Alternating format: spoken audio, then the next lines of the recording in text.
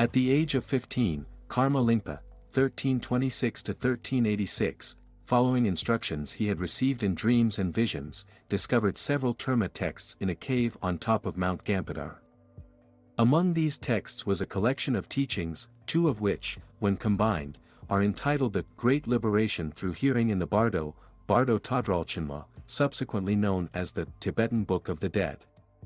In Tibetan, Terma means treasure and refers to Buddhist or Bon scriptures and relics retrieved from the distant past through a process of revelation.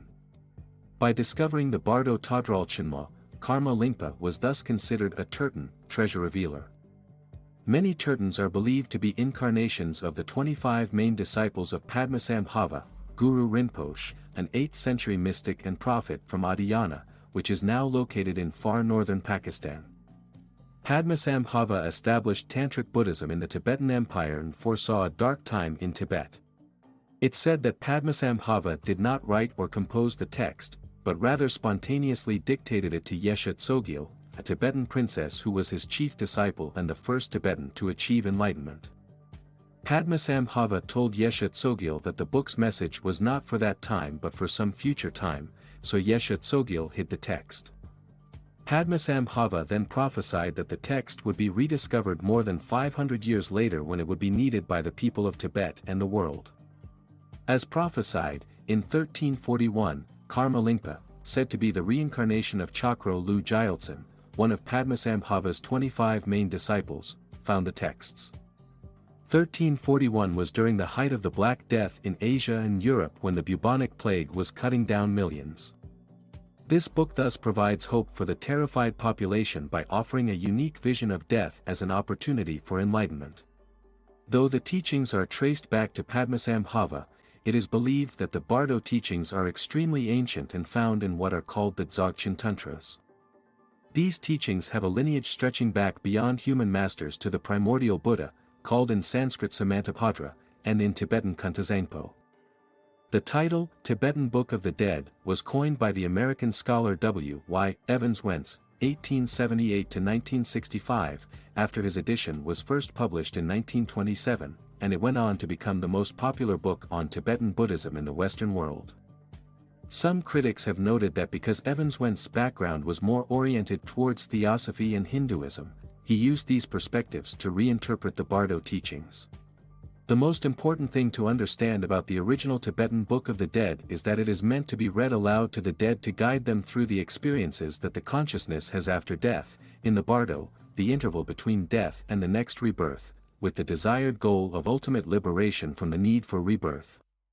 This is in line with the beliefs in Tibet that there are 5 methods for attaining enlightenment without meditation, with hearing the Tibetan Book of the Dead at the moment of death being one of those.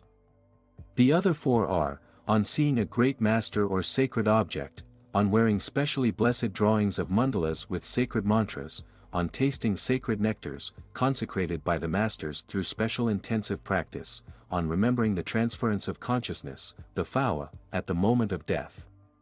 The essence of the Tibetan Book of the Dead hinges on a profound understanding of the concept of Bardo. Traditionally, Bardo refers to the intermediate state between death and rebirth. However, Bardo also broadly represents our various states of consciousness, even while we are alive. There are 6 Bardo states: ordinary waking consciousness, meditation, sleep and dreaming, dying and death, painful Bardo of dying, after death, luminous Bardo of Dharmata, and rebirth, karmic Bardo of becoming. The painful Bardo of dying spans from the beginning of the dying process right up to the dawning of the nature of mind, known as the ground luminosity, at the moment of death. During the dying process, the 5 elements within the body start to dissolve. When earth dissolves into water, the individual can no longer support their body weight. When water dissolves into fire, they become thirsty. When fire dissolves into wind, they feel cold. When wind dissolves into space, breathing ceases. Finally, space dissolves into consciousness. Vision turns white and consciousness enters the heart chakra. Simultaneously, a red light rises from the bottom, and both red and white lights unite momentarily in the heart chakra. At this point, the person transitions to the luminous Bardo of Dharmata, where the fundamental nature of mind, the ground luminosity or clear light, naturally manifests as the sense of self dissolves. If the deceased can recognize the ground luminosity at this crucial moment, they will attain Buddhahood and liberation from rebirth. Unfortunately, for most people, due to their lack of spiritual practice, this state of emptiness is not experienced. Instead, there is a blackout for about 2 to 3 days. For those unfamiliar with the subtle states of mind revealed in this bardo, it will either flash by in an instant or be completely missed. Although all of us will see this intrinsic awareness during death, the experience is so brief that most of us will not even notice it, let alone maintain it. From this point onwards, each state, typically lasting 7 days, is characterized by various deities, which still provide opportunities for liberation if the deceased can recognize these hallucinations for what they are, personifications of one's sins and good deeds in life and merely elements of their mind. The deceased's consciousness remains in their heart chakra for another 7 days and experiences further energy dissolution in the heart chakra. Pleasant thoughts in life manifest into the 42 peaceful deities of the intermediate state. In the subsequent 7 days, the consciousness is lifted and stays within the crown chakra, where the deceased further experiences the 58 wrathful deities, aspects of their negative thoughts in life. If the deceased again fails to be liberated, then their energy level will descend to the throat chakra, and they must recognize the 10 Vidyaraja, wrathful deities. Then, the consciousness will descend to the navel chakra, where it further encounters the 5 Dakinis, goddesses. If the dead soul yet fails, it will descend into the base chakra and face the Vajrakila, demons, slaughterhouse. This marks the final stage where liberation is possible. After this stage, the karmic bardo of becoming begins. Projections of karma appear that will cause rebirth in one of the 6 realms: human, demigods, gods, animals, hungry ghosts, and hell. In this bardo state, thought becomes reality, just like in a dream. But unlike a dream, we can't wake up and take refuge in a solid body. We are literally facing the onslaught of our mind. People who are able to control their mind can face the content of their mind calmly, but those who cannot seek refuge in a new solid body and wake up into our next life. The Bardo ritual in the Tibetan Book of the Dead is a plea for the purification of the soul of the sins of the departed, for release from the perilous pathways of the Bardo, and for auspicious rebirth among one of the 3 higher destinies, human, demigod, or God. The entire process, from death to rebirth, is thought to take 49 days of 7 phases, each lasting a week, 1 week for the preparation of the body and funerary rituals, and a week each for the soul to pass through the 6 phases of ground luminosity and encounters with deities. Therefore, the work was originally intended to be read for all 49 days. However, the length and frequency of recitation and ritual performance largely depend on the wealth of the family.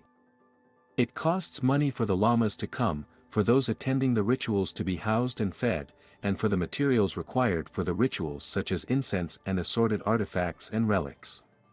Once the ritual of reading the Tibetan Book of the Dead was complete, the family of the deceased was considered to have properly fulfilled their duty regarding respect for the dead and could go on with their lives.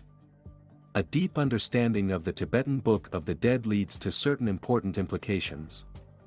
Since the process that unfolds in the Bardos of death is embedded in the depths of our mind, it also manifests in life at many levels. There is a correspondence between the degrees of subtlety of consciousness we move through in sleep and dream, and the 3 Bardos associated with death. Going to sleep is similar to the Bardo of dying.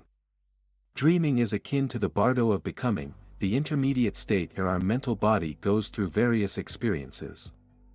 In the dream state, we have a similar kind of body, the dream body, in which we undergo all the experiences of dream life. In between the Bardo of dying and the Bardo of becoming is a very special state of luminosity called the Bardo of Dharmata, corresponding to the period after falling asleep and before dreams begin. It's said that the Bardos of death are much deeper states of consciousness, by a level of 7 times, than the sleep and dream states. This highlights how difficult it is to maintain awareness during the turmoil of the Bardos of death. How many of us are aware of the change in consciousness when we fall asleep, the period before dreams begin, and the awareness that we are dreaming, lucid dreaming. Therefore, in Tibetan Buddhism, the teachings emphasize that instead of waiting for death, the bardo of this life is the only, and therefore the best, time to prepare for death. What a real practitioner seeks to do is to keep unfailing and unbroken awareness of the nature of mind throughout day and night. During the day, this is achieved through meditation, and at night through dream yoga. By doing so, the different phases of sleep and dream are used to recognize and become familiar with what will happen in the Bardos during and after death. Each of the Bardos has its own unique set of instructions and meditation practices, which are directed precisely to those realities and their particular states of mind.